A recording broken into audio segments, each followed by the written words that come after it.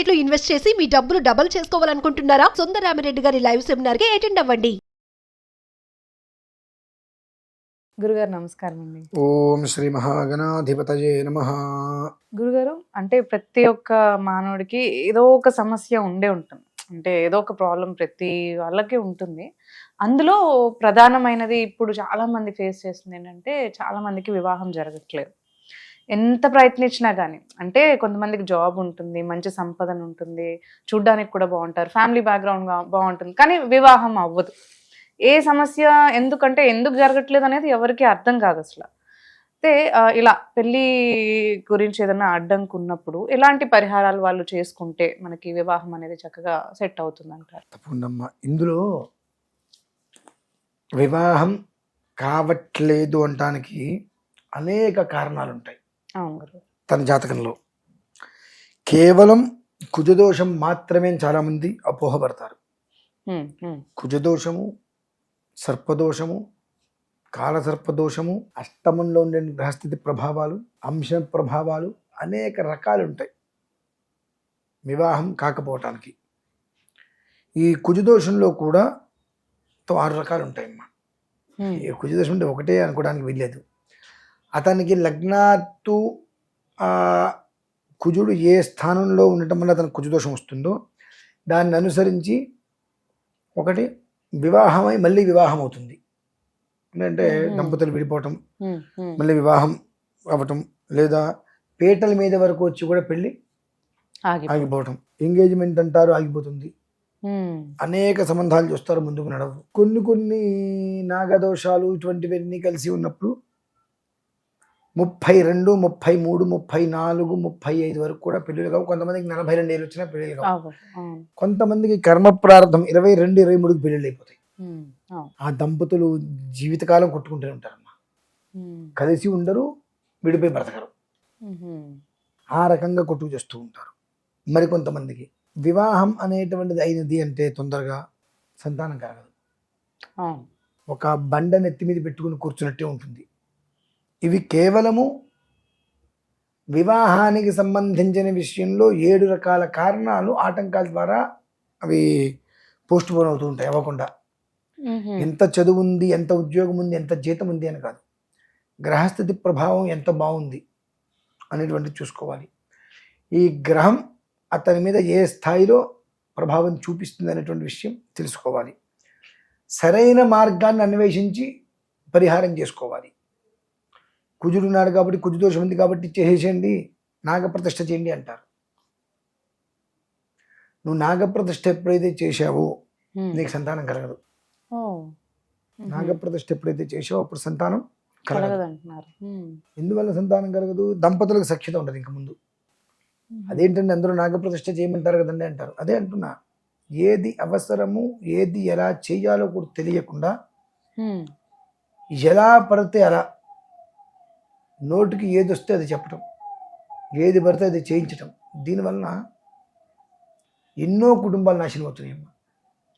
కాలసర్పదోషం ఉంది, దానికి చాలామంది కాళహస్తిలో వచ్చేస్తే సరిపోతుంది, రాహుకేతులకు జపం చేస్తే సరిపోతుంది అంటారు. మొత్తం నవగ్రహ సంఖ్య 120 సంవత్సరాలమ్మ. రాహుకేతువుల సంఖ్య 25 సంవత్సరాలు. అంటే రాహుకేతువుల మధ్యలో అంటే 25 సంవత్సరాలు నడిపించేటువంటి రాహుకేతువుల మధ్యలో 95 సంవత్సరాల గ్రహాలు చిక్కుకుపోయినాయి. సో నీకు ఏదో ఒక వారం రోజుల్లో కూర్చొని జపం చేసేస్తా అంటే అది నీకు క్లియర్ అయిపోతుందా? అవునంటారు. కానీ దానికి సమయం ఎక్కువ చెబితే యాక్సెప్ట్ చేయలేరు. అంటే బాగుండాలి, క్షణంలో పూర్తయిపోవాలి, ఇన్స్టెంట్ ఫలితాలు రావు. అలా ఇన్స్టెంట్ కోసం చేసే ప్రయత్నాలు తిప్పి కొడతాయి, మీకు ఇంకా ఎక్కువ దోషానికి మీకు అది ప్రేరేపిస్తూ ఉంటాయి. ఇటువంటి ప్రతి ఒక్కటి చూసుకోవాలమ్మా. దీనికి మూలం అసలు ఎందుకు కావట్లేదు అంటే, ముందు నీ నక్షత్రం ఏంటి, నీ లగ్నం ఏంటి, నీ రాశి ఏంటి, నీ దశ ఏంటి, మహర్దశ ఏంటి, ఇప్పుడు ఏం జరుగుతుంది అనేటువంటి విషయాన్ని చూసుకొని ఆ రాత ఎప్పటి వరకు ఉంది, రాత లేకపోవడానికి కారణం ఏంటి, పితృదోషాలు, పితృశాపాలు, స్త్రీ శాపాలు, ఇవన్నీ కూడా ఒక మనిషికి వివాహం కానివ్వకుండా, వివాహం కనుక ఒకవేళ అయితే దంపతుల మధ్య అన్యోన్యత లేకుండా, సంతానం రానీయకుండా, సంతానానికి అడ్డుపడిపోతూ కుటుంబానికి మానసికంగా శారీరకమైనటువంటి వైకల్యాన్ని తీసుకొచ్చేటువంటి స్థితి. మానసిక వైకల్యం, శారీరక ఆవేదన, మానసిక వైఫల్యాన్ని తీసుకొచ్చేటువంటి స్థితి వీటికి ఉంటాయి. కాబట్టి వీటిల్లో ఏ విధానంతో మీరు ఇబ్బందులు పడుతున్నారు, ఏ విధానాన్ని నుంచి వివాహం కావట్లేదు అనేటువంటి విషయం మనం గ్రహించుకోకుండా, తెలుసుకోకుండా ఏది పడితే అది చేయించడం అనేటువంటిది అతని కుటుంబం సర్వనాశనం అయిపోతుందమ్మా. చాలామంది ఎన్ని ఫోన్స్ వస్తాయో, గురుగారు ఇట్లా ఉందండి, మనం ఇలా చేయించానండి, ఇలా చేయించానండి, జాగ్రత్తనైనా ఇంకో 10 ఏళ్ళకైనా అవుతుందిలే, ఇంకో 4 ఏళ్ళకైనా అవుతుంది. ఏం చెప్తావు, ఇలా నాన్న ఈ సిచ్యువేషన్ ఇలా ఉంది, నువ్వు ఆల్రెడీ ఒకసారి నీ జాతకాన్ని చూపించుకున్న తర్వాత ఇందులో ఇలా దోషం వచ్చింది అయిన తర్వాత నువ్వు చేయించుకున్న తర్వాత మళ్ళీ నీ జాతకం నువ్వు చూపించుకోకూడదు, అసలు చూపించుకోకూడదు. ఎందువలన మొట్టమొదటిసారే సరిగా వ్యక్తికి చూపించుకోవాలి. 10 రోజులు లేట్ అయినా జాగ్రత్తగా పరిశీలించి మన జీవితానికి పూలబాట వస్తుంది, నాంది మంచి రోజులు వస్తాయి తద్వారా అనేటువంటి విషయం ఎవరైతే చెప్పగలరో అటువంటి మనిషి దగ్గరికి వెళ్ళాలి. సమయం లేట్ అయినా ఫోన్ చేసినప్పుడు, గురుగారు ఇట్లా ఉందండి, మీరేం చెప్తా చేయాలి, నేనేం చెప్తా చేయడం కాదయ్యా, ఈ ప్రభావం ఇలా ఉంది, 4.5 సంవత్సరాల క్రితం చెబితే లేదు గురుగారు, వేరే వాళ్ళు చెప్పారు మీకు 6 నెలల్లో వివాహం అయిపోతుందని చెప్పి చెప్పారు, కానీ అసలు మీరేం చెప్తారో తెలుసుకోవడానికి ప్రయత్నం చేస్తున్నానంటే, లేదయ్యా వివాహం ఇప్పట్లో అయ్యే అవకాశం లేదు, కష్టం, ఏ శాంతి చేయించుకున్నా నీకు అవ్వదు. ఎందువల్లనంటే కొన్ని ఇట్లా కర్మ అనుభవించాలి, పూజ చేసుకునే ఫలితాలు రావు. నీకు ఈ కర్మ అనుభవించాల్సింది ఉందయ్యా, నీకు ఇప్పుడు ఏమి చేసినా ఉపయోగం లేదంటే మీకు తెలియనప్పుడు మీరు మాట్లాడకండి అన్నాడు.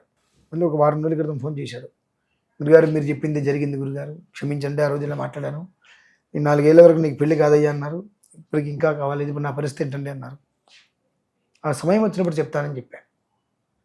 అంటే ఏంటంటే ఎలా ఉంటారంటే మనుషులు, ఇక్కడ ఖచ్చితంగా మనకు మంచి జరుగుతుంది, ఫలితం వస్తుంది, నిర్ణయాత్మకంగా ఉంటుంది అంటే ఆ మనిషిని నమ్మరు.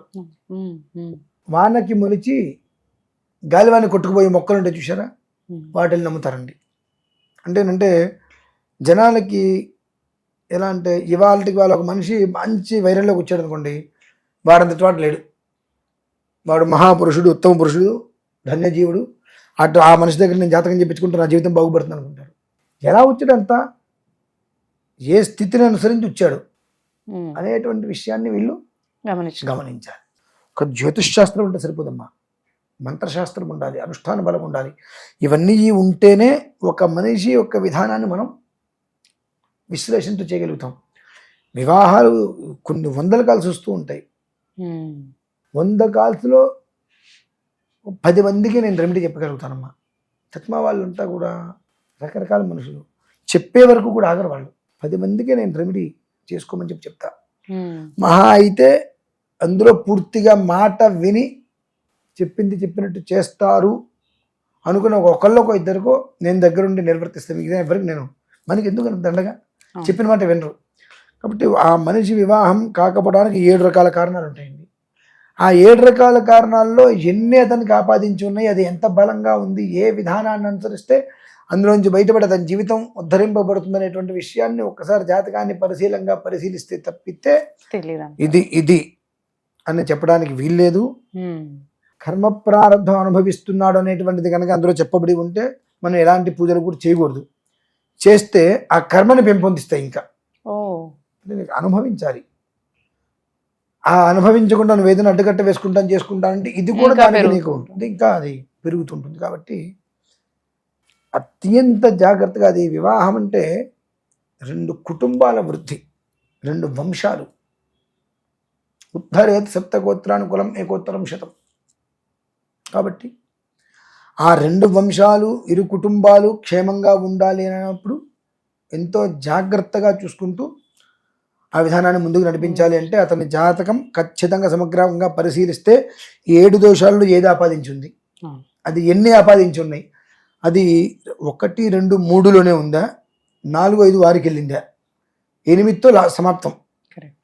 1, 2, 3 వరకు ఉంటే ఓకే పర్వాలేదు, 3 దాటింది అంటే ఒక రకమైన ప్రమాదం, 5, 6 దాటిందంటే ఇక మనం దాన్ని తీర్చడం కూడా కష్టసాధ్యం, ఆ స్థితి ఉంటుంది.